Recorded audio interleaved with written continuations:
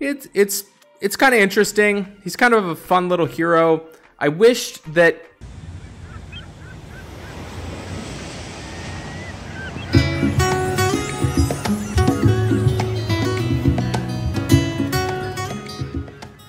Hey, thanks so much for checking out the channel. If you're curious about any other hero in Empires and Puzzles, you can view my website at anchorgame.com. There you will find I've graded every single hero with a calibrated team of graders. This resource will always be free. Thinking about supporting the hero grades and the breakdown videos? You're welcome to donate. Otherwise, feel free to share this resource with a friend. I have my exclusive line group called Anchor Cove, where you gain access to myself and tons of other experienced players with on-demand information and resources. If that piques your interest, all that information is on the opening page of my website with a short video. Let me dive into today's hero breakdown. Hey, thanks so much for checking out the channel. Today we're going to be doing a brand new hero breakdown on Sumitomo. Definitely think I pronounced that wrong, but it is what it is. He's got 665 on his attack, 633 on his defense, and 1113 on his health. Statistically, I'm not really liking that attack power, defense, health total. There's definitely some things to work with. He's got some okay stats for a 4-star.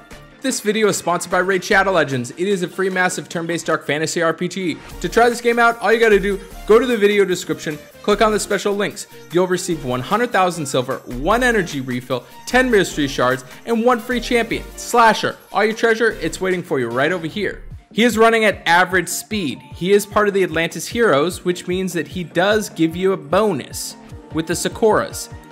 Anywhere between 2% and 12% mana generation between 2 and 5 heroes. So potentially, if you do have some Sakura Atlantis heroes, you could get a little bit of mana generation situation. He deals 300% damage to the target. The caster counter attacks with 135% of the damage received for 5 turns. The caster regenerates a moderate amount of mana for each counter attack. The effect gets diminished for consecutive activations during the same turn. So, he is running at average speed. He's dealing a decent amount of damage at 300%, and then he's also setting it up to counterattack for 5 turns. 5 turns is quite a bit. I think that there is some usability there, potentially. And then it's also got that added part to where he's regenerating a moderate amount of mana each counterattack. So that's kind of cool. It's kind of interesting. He's kind of a fun little hero.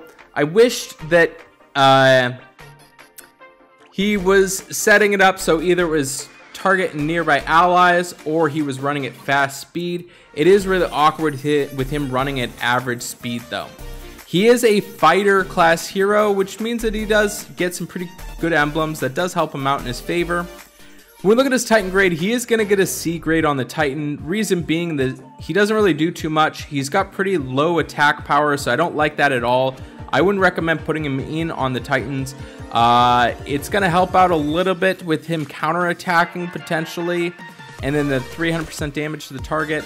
I just don't see him at all on the Titan at all, especially with him having a low attack power. So he is going to get a C grade on the Titan. When we look at him offensively, he is going to get a B- grade on offense. Just reason being, with him running at average speed, only dealing damage to 1 target, and then you're hoping and praying that they hit you so that you can counterattack, and then you can also gain some situation to where you're also gaining life.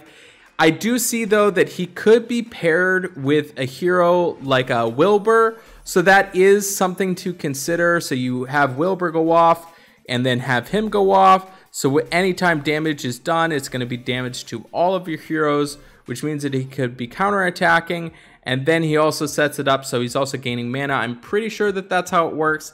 I'm going to be honest with you, I haven't tried it out, but just by reading this, I think that you could have that situation to where Wilbur will help him counterattack. But I don't, actually, now that I think about it, it's not going to work. Counterattacking is not going to work. I don't think he's going to gain the mana. So no, I'm really trying. I'm stretching here. I'm not seeing it. He is going to get a B- grade there. When we look at his tank grade with him on defense, he is going to get a B- as far as the tank grade goes.